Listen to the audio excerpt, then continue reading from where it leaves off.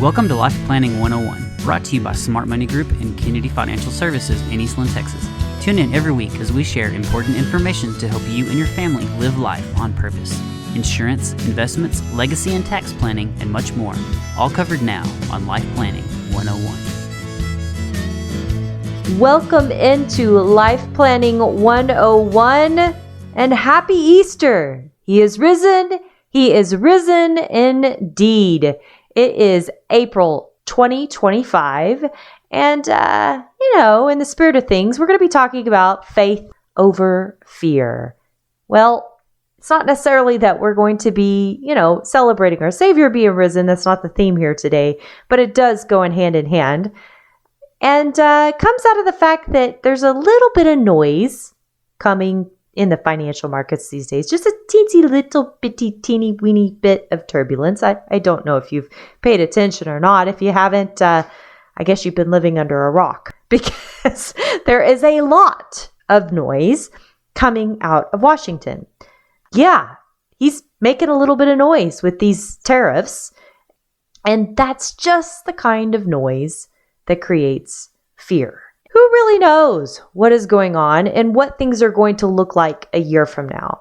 I think for most investors, the financial markets affect, their future, their retirement, and even, especially in this case, your current jobs, current businesses. I mean, we work with people that the tariffs affect directly, not just the financial markets, but then there's also the interest rates. There's everything else that goes along with it. And jobs, there's no doubt that things are being a little bit shaken up, and our families ultimately. So yes, it's easy to look at this turbulence and get fearful really quickly.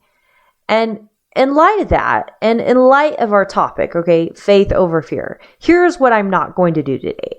I'm not going to just tell you to sit tight and have faith. That is also not our theme for today. And I'm also not going to tell you that we've seen the last of this little bitty thing called the Texas Giant. And for those of you outside the state of Texas, was at one time the largest roller coaster in Texas, because it is quite the roller coaster in the financial markets right now. In fact, if I was a betting woman, I would actually probably bet the opposite. I would bet that things are going to continue to be volatile or even more volatile, but who knows? I mean, yesterday, markets were down huge. Today, they're bouncing back like crazy. Who knows? None of us have a crystal ball. But here's what I am going to tell you, though. I'm going to tell you that opportunities are more often found during a crisis than they are when the storm is so-called not present and everything is just calm and going. Everything feels so good when the markets are on this inevitable climb upwards, but we all know that that's not something that can just sustain by itself. We know that. We know that economics is not just a constant climb upward. There are setbacks, and that's why we have what is called the actual economic cycle, when you see an expansion and you see a retraction, right? And that's what happens. So who's to say that we're not just going through an economic cycle and all the things that you're seeing, all this roller coaster that you're seeing is just noise? Who's to say it's not? Who's to say that all this noise might not break something? But even if it broke something, I want you to go back to 2008 and 2009. Would you, looking in hindsight, would you have liked to be an investor in the markets around, January, February, March of 2009 when it was at its lowest? Absolutely. Would you have liked to invested when things went crazy during COVID? Absolutely. We can look at those things in hindsight and say those are for facts. Okay. Now, past performance. Okay. Here's the disclosure. Past performance is not indicative of future results. We don't know what has happened in the past will happen in the future. All we know is that if you live by the Warren Buffett theory, so to speak, which is buying fear and selling greed, or otherwise known as buying low and selling high, it's proved to be a pretty successful strategy in the past. But it, again, doesn't mean it's always going to be that way. And let me stop for just a second.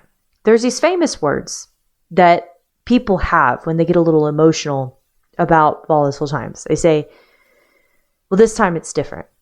And the truth be told, every time it's different. If you saw our article last week, there's I think, I don't even know how many reasons, over 100 reasons not to invest in the stock market. And basically every single year, there is a reason, a good reason not to invest in the stock market because this time is different. And again, I'm not going to say that isn't true, that this time is different, because I do believe this is different. I do believe that we haven't gone through a tariff war worldwide, by the way. I do believe that our government is hemorrhaging or has been hemorrhaging money, and costs are getting slashed left and right now. And we don't know what that's going to entail and what could break. I don't know what's going to happen in the future. I want to make that very, very clear. But I think it would, be absolute crazy to just hide and wait for this thing to fizzle out, because I think you're going to be able to see tons of opportunity in the midst of things, right? Albert Einstein. Love Albert Einstein, right? Who doesn't love Albert Einstein? He said, in the midst of every crisis lies a great opportunity.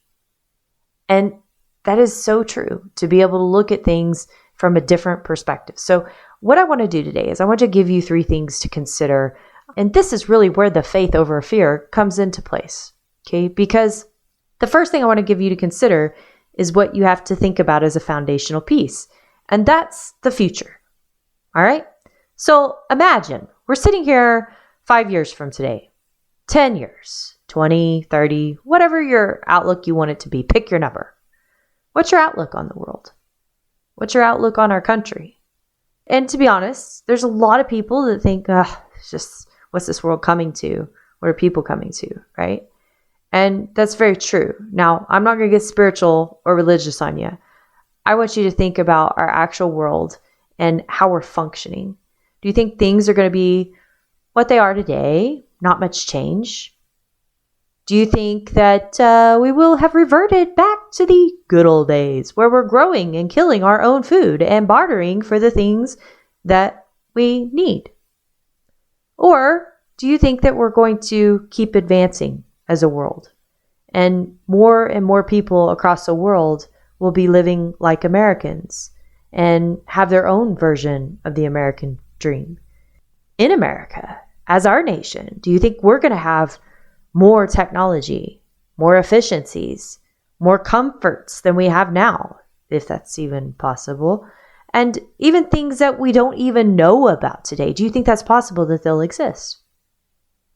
And I bet if you're listening right here to Life Planning 101, you do believe that.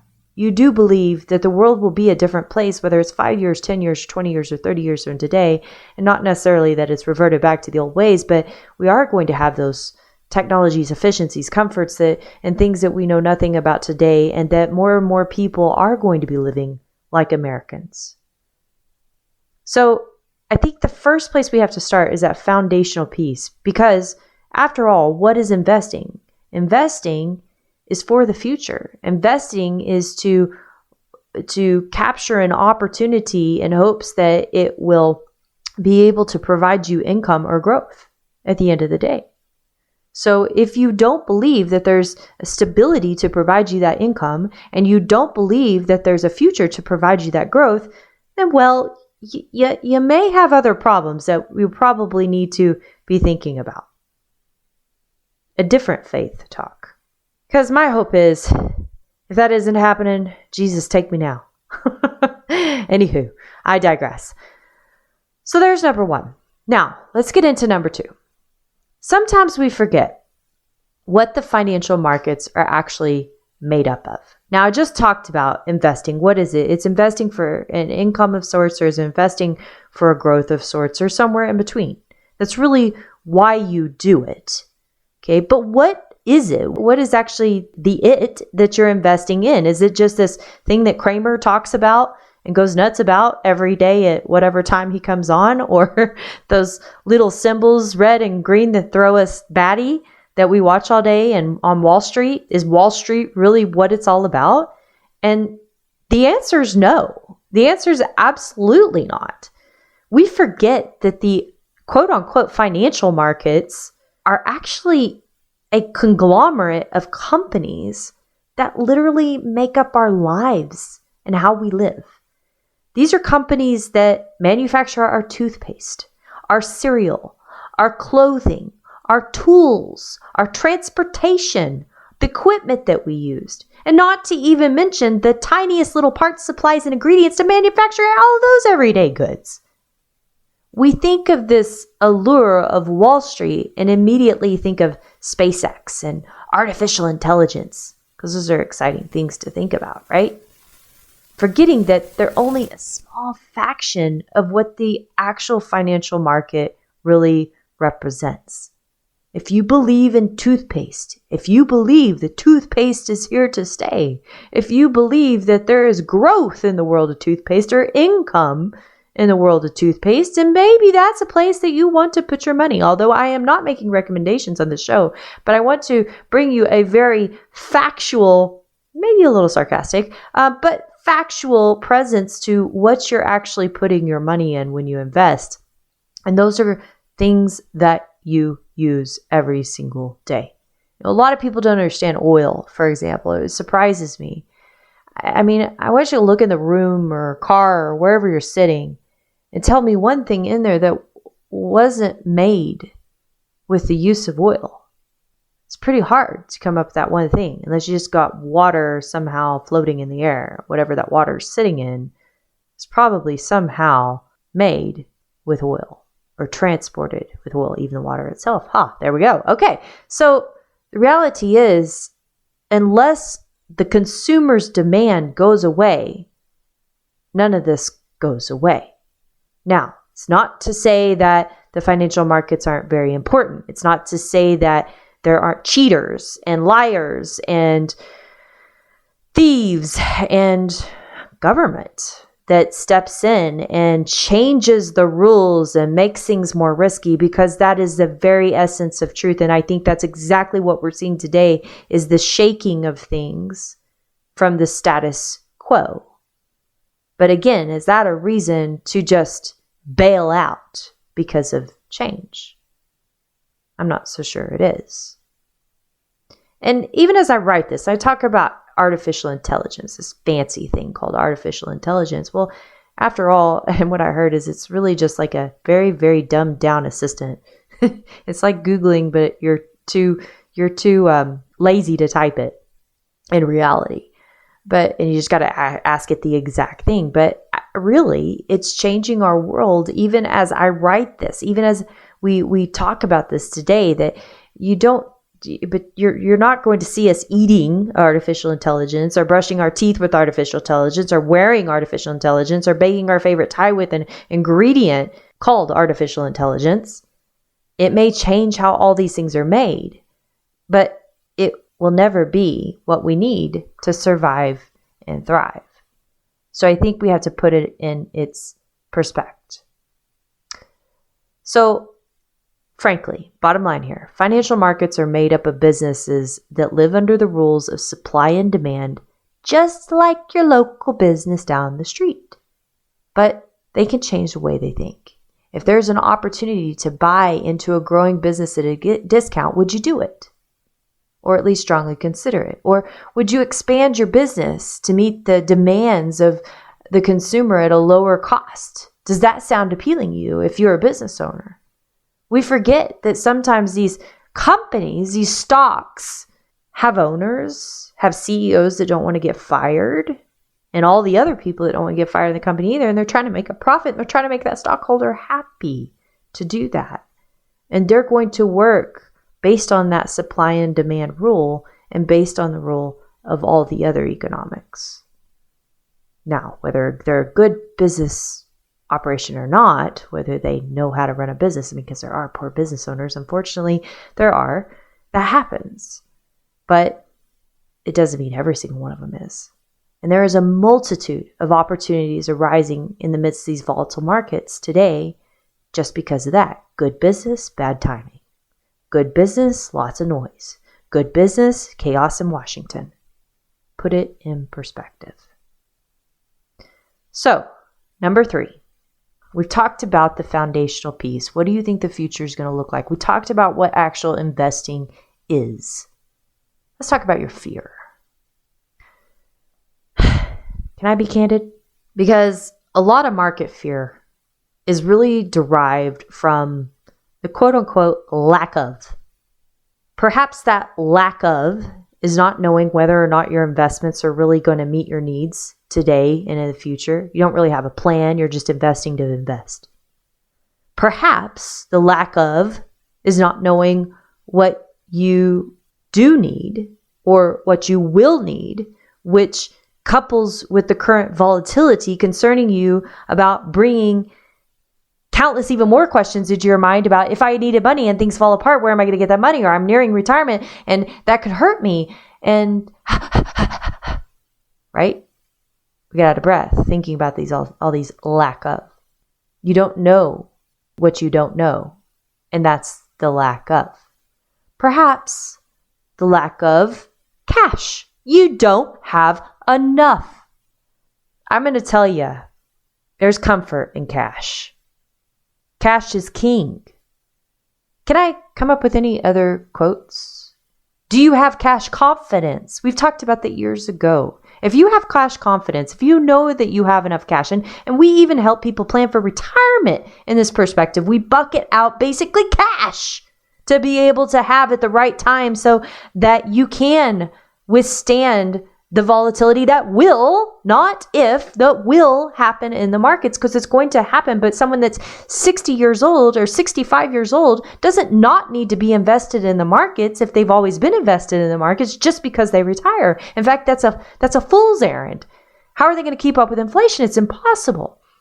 So you have to have cash confidence. And how do you build cash confidence? You have to have enough cash. And how do you know if you have enough cash? Well, you have to have a plan. And maybe you don't have a lack of anything. Maybe you don't have any of it. And that's the problem. Maybe you don't have any plan at all. So the lack of any of these things is a good reason to have fear. You have an excuse. I just gave you one. There is your reason to fear. And it's kind of like going to AA. The first step is admitting it. Because the irony is that the only thing in this whole thing we've been talking about today that you can control is this, the lack of. You can control this. It's on you to make sure that you're in a good place, that when there's opportunity in the markets, you're in a place to take advantage of it, not the other way around. So my recommendation is if you have any kind of lack of, get moving. Because by the time fear fizzles out, it's going to be too late to take advantage of those opportunities. So let's sum it up with this. To be a prudent investor, it isn't always about the analytics. We really haven't talked about analytics today. Analytics are extremely important. I mean, we have an entire team divested to the analytics. And that's all that they do. But they aren't everything. You can have the best analyst in the world, best money manager in the world, best portfolio manager in the world. But none of that matters if fear gets in the way. Because your emotions could cost you everything. So you have to have faith. What does your future hold? What makes business sense? And perhaps most importantly, what is your plan? And how does it interconnect with the opportunities at hand? Hey, carpe diem, my friend. These are the moments that my brother is literally sitting there like a kid in a candy store, excited to hit the buy button. And that's how you should see the markets today, not living in fear. And if you are living in fear, let us help you. Do something about it. My name is Angela Robinson with Smart Money Group and Kennedy Financial Services. God bless you. Have a great week. Happy Easter to you again. And join us right here next week on Life Planning 101.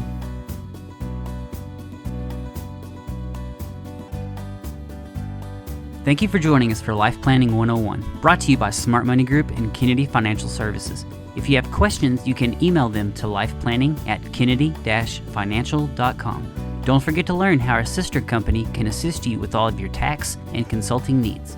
You can find out more at briscoeandassociates.com. Be sure to tune in next week for more Life Planning 101. The opinions expressed herein are those of the firm and are subject to change without notice. The opinions referenced are as of the date of publication and are subject to change due to changes in the market or economic conditions and may not necessarily come to pass.